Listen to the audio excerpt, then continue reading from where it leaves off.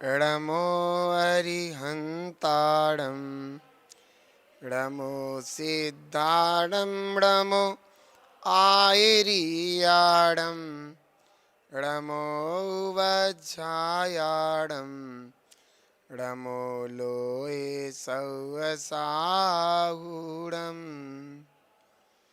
बोलो 2400 भगवान की जय। बोलो महावीर भगवान की जय।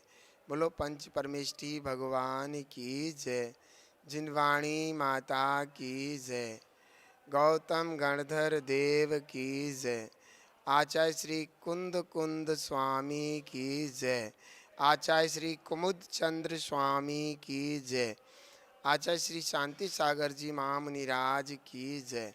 आचार्य गुरुदेव श्री धर्मभूषण जी महामुनिराज की जय। आचार्य श्री सम्यक्त भूषण जी महामुनिराज की जय।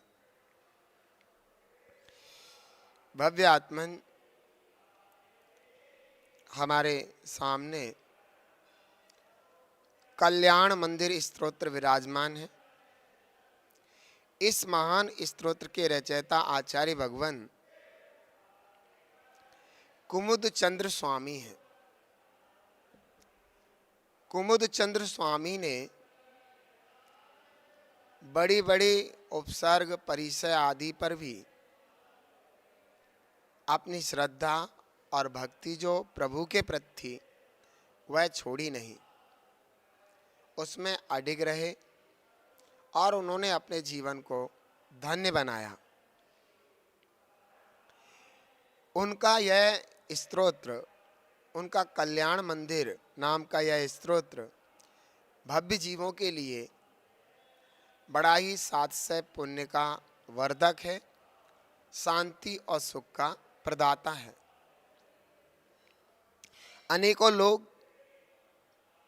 पास भगवान के चरणों में या अपने अपने घरों में इस स्तोत्र को स्तोत्र के रूप में और विधान के रूप में खूब इसकी पूजा पाठ भक्ति की जाती है। इसके द्वारा पास प्रभु की खूब आराधना की जाती है और निश्चित ही वे लोग इसका उत्तम फल प्राप्त करते हैं। आज इस स्तोत्र का दूसरा श्लोक है।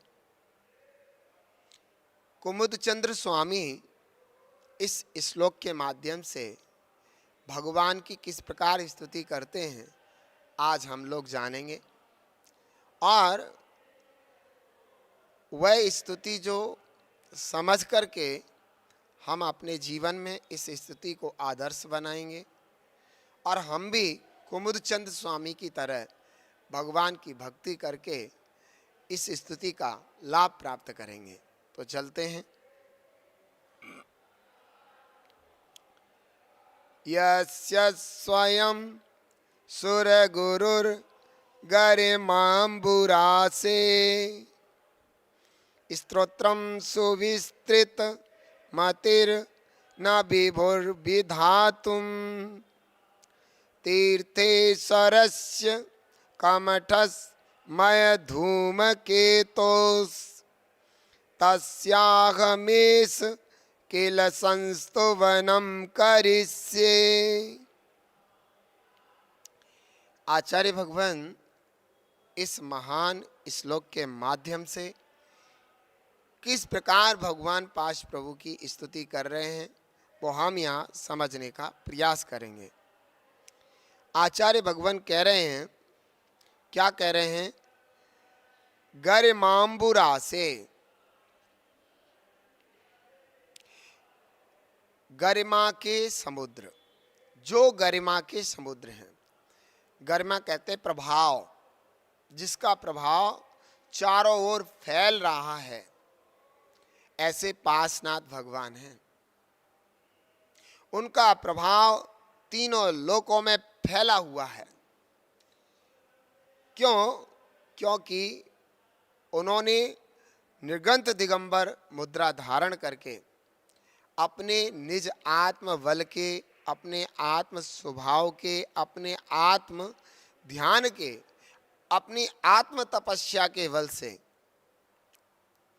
वीतरागता प्राप्त की। वीतरागता क्या है? जो दुखों से रहित है। राग द्वेष दुख के कारण है और वीतरागता सच्चे सुख का कारण है।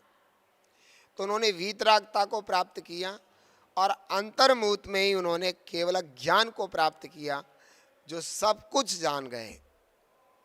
और उसके उपरांत उनकी जो दिव्य ध्वनि खिरी, तो उस दिव्य ध्वनि में भव्य जीवों के सुख के लिए बात निकली, भव्य जीवों के हित की बात निकली। इसलिए आप भव्य जीवों के मन में बस गए। सभी भव्य जीव, बड़े बड़े भव्य जीव, सब आपके प्रभाव का गुणगान करते हैं, आपको धन्य धन्य कहते हैं, आपकी कीर्ति का विस्तार करते हैं। हाँ, तो जो गरिमा के समुद्र हैं, जैसे समुद्र पानी का एक गोदाम होता है, एक पानी का बहुत बड़ा एक स्थान होता है, ऐसे आप अपने प्रभाव का, अपनी गरिमा के, अपने कीर्ति के बहुत विशाल स्थान है। तो जो गरिमा के समुद्र हैं, फिर क्या कहा? यस्य स्तोत्रम, जिनके गुणगान, जिनकी स्तुति, जिनका स्तोत्र, क्या कह रहे हैं? सुविस्तृत मति, विशाल बुद्धि के धारक, यस्य स्तोत्रम विधातुम, जिनके स्तोत्र को कहने में, गाने में, रचने में, सुविस्तृत मति, विशाल बुद्धि के धारक, स्वयं सुरगुरु, स्वयं देवेंद्र भी विभु न समर्थ नहीं है। जो स्वर्गों के इंद्र लोग होते हैं, बड़े बड़े इंद्र लोग, देवेंद्र लोग होते हैं, वे आपकी जो महिमा है, आपके जो गुण हैं, आपका जो प्रभाव है, उसको, हाँ, विशाल बुद्धि के धारक होने पर भी वे आपके गुणों को, संपूर्ण गुणों को स्वयं कहने में समर्थ नहीं है। बताओ, उनको इतना ज्ञान है, इतनी विशाल बुद्धि है, विवेक है, लेकिन फिर भी वो आपके संपूर्ण गुणों को कहने में समर्थ नहीं है। इतना बड़ा आपका प्रभाव है, इतने सारे आपके गुण हैं, आप दुनिया में अद्वितीय हो, आप इतने अच्छे हो कि आपकी इतनी अच्छाइयाँ हैं कि वे जो हैं देवेंद्र लोग भी विशाल बुद्धि के धारक होने पर भी आपके गुणों को, आपकी अच्छाइयों को कहने में समर्थ नहीं है। फिर क्या कहा भगवान ने, कुमुदचंद स्वामी भगवान ने फिर क्या कहा? कहा कि कमट इसमय धूम केतो, आप कमट के अभिमान को अग्नि के समान है। जैसे अग्नि बड़े बड़े विशाल विशाल चीज़ों को जला करके राख कर देती है, ऐसे ही आपने उस कमट के विशाल अभिमान को चकनाचूर कर दिया। कमट ने इतने दिनों तक, इतने समय तक आप पर उपसर्ग किया, कमट ने इतने दिनों तक, इतने समय तक भयंकर उपसर्ग परिचय करके आपको आपके ध्यान से डिगाना चाहा, लेकिन आप प्रसन्न मुद्रा के धारी, आत्म ध्यान में लगे हुए, अपने आत्मा के चिंतन में लगे हुए, अपने आत्मा के हित में लगे हुए, आपके मन में कमठ के प्रति जरा सा भी कोई अन्य भाव नहीं आया। और उस विशाल ध्यान, उस विशाल आत्म ध्यान, आत्मचिंतन के बल से आपने केवल ज्ञान को प्राप्त किया। जब आपको विशाल केवल ज्ञान हुआ तो ऐसा प्रभाव देख करके वह कमठ आपके चरणों में अपने मान को नष्ट कर देता है, मान से रहित हो जाता है और आपकी पूजन पाठ भक्ति करता हुआ कहने लगता है कि भगवान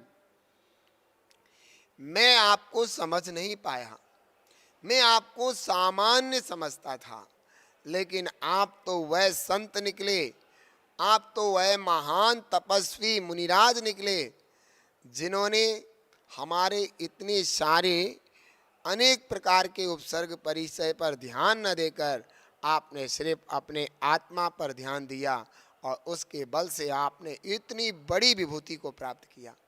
तो वह कमठ भी उन पांच प्रभु के चरणों में झुक गया, अर्थात आपकी उस प्रभाव, आपका प्रभाव अग्नि के समान है जिसने कि कमठ के अभिमान को जला करके नष्ट कर दिया, राख कर दिया।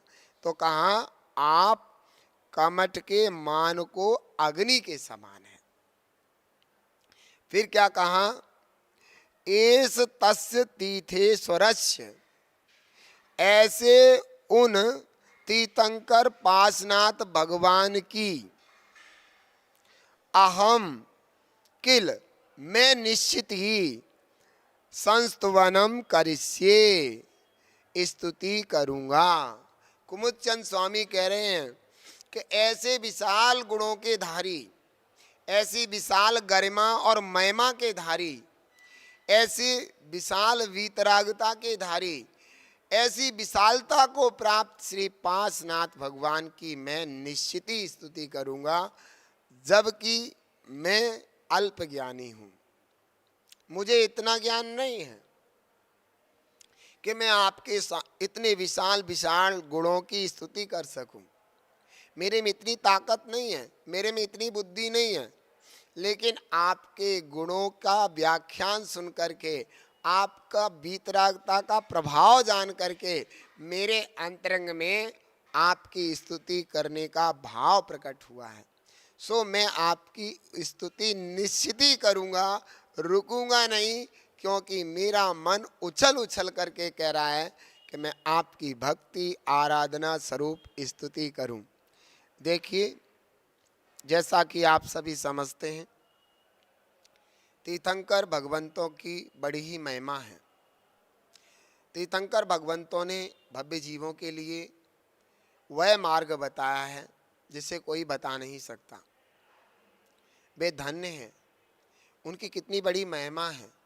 संसार में भटकते हुए जीवों को मिथ्या दर्शन, मिथ्या ज्ञान, मिथ्याचारित्र से निकाल करके सम्यक दर्शन, सम्यक ज्ञान, सम्यक चारित्र में स्थापित किया है। उन्होंने जगत को बताया कि संपूर्ण मिथ्यात्व का त्याग करके आप अपने जीवन को सम्यक्त से प्रकाशित कीजिए। अगर तुम्हें सम्यक्त होगा तो जितना भी ज्ञान आपका है सम्यक ज्ञान हो जाएगा, और जितना भी चारित्र है आपका सम्यक चारित्र हो जाएगा। फिर आप सम्यक तप के बल से संपूर्ण कर्मों की निर्जरा करते हुए अपने आत्मा को परमात्मा बना सकते हैं, सिद्ध बना सकते हैं। ऐसा प्रभाव दिव्य ध्वनि में आपका भव्य जीवों ने अपने कर्णों के द्वारा सुना था, तो वे आपके दीवाने हो गए और जगत में आपकी कीर्ति को विस्तृत करने लगे। धन्य है पास भगवान, धन्य है पास प्रभु। ऐसी धन्यता भला किसके अंदर हो सकती है। कोई एक अच्छा व्यापारी हो और अच्छा व्यापार करता हो, और किसी निर्धन जो कि जिसका व्यापार नहीं चल पा रहा है, ऐसे निर्धन व्यापारी कोई उसके पास आए और उस निर्धन व्यापारी को अपने समान अच्छा व्यापारी जो ना बना ले, उस व्यापारी की क्या साख है, उस व्यापारी की कौन महिमा गाएगा। अरे उसी व्यापारी की महिमा गाई जाती है जो निर्धन व्यापारियों को अपने समान वैभववान बना ले। ऐसे ही सच्चे देव, सच्चे भगवान तो वे ही हैं जो स्वयं सुखी हैं और अनेकों भव्य जीवों को अपने समान सुखी बना लें। ऐसे मात्र पार्श्वनाथ भगवान हैं जिन्होंने इतना बड़ा काम किया, इसलिए वे गरिमा के समुद्र हो गए। ऐसे पार्श्वनाथ भगवान की इतनी अच्छाइयाँ हैं, इतने गुण हैं, उनके आत्मा में इतने सारे विशाल विशाल गुण हैं जिनको कहने के लिए हाँ स्वर्गों के देवेंद्र भी समर्थ नहीं है, जबकि उनकी विशाल बुद्धि है और वे स्वयं पूरी ताकत भी लगा दें तो भी भगवान पार्श्वनाथ के अनंत गुणों का व्याख्यान नहीं कर सकते। पार्श्वनाथ भगवान कैसे हैं कि कमठ के द्वारा उपसर्ग परिचय खूब किए गए, तब भी वे अपने मुनित्व से, अपने आत्म ध्यान की मुद्रा से जरा से भी चलायमान नहीं हुए और अपने आत्म ध्यान के बल से उन्होंने केवल ज्ञान की प्राप्ति की और सभी जीवों को मोक्ष मार्ग बताया। इस कारण से कमठ का मान भी आपके चरणों में चकनाचूर हो गया। तो ऐसे श्री पार्श्वनाथ भगवान की मैं भी निश्चित रूप से स्तुति करूंगा, ऐसा कुमुदचंद स्वामी कह रहे हैं। धन्य कुमुदचंद स्वामी, जिनके अंदर पार्श्वनाथ प्रभु के प्रति इतनी भक्ति और इतनी श्रद्धा हुई कि वे उनकी भक्ति श्रद्धा के वशीभूत होकर के कहते हैं कि मैं नहीं मानूंगा, मैं तो निश्चित रूप से ऐसे महान तीर्थंकर पार्श्वनाथ भगवान की स्तुति करूंगा ही। इसलिए भव्य जीवों, आप सभी भी पार्श्वनाथ भगवान की भक्ति आराधना में संलग्न रहें और अपने आत्मा को पावन बनाने का प्रयास करें, अर्थात भगवान बनाने का प्रयास करें। इसी भावना के साथ ओम नमः।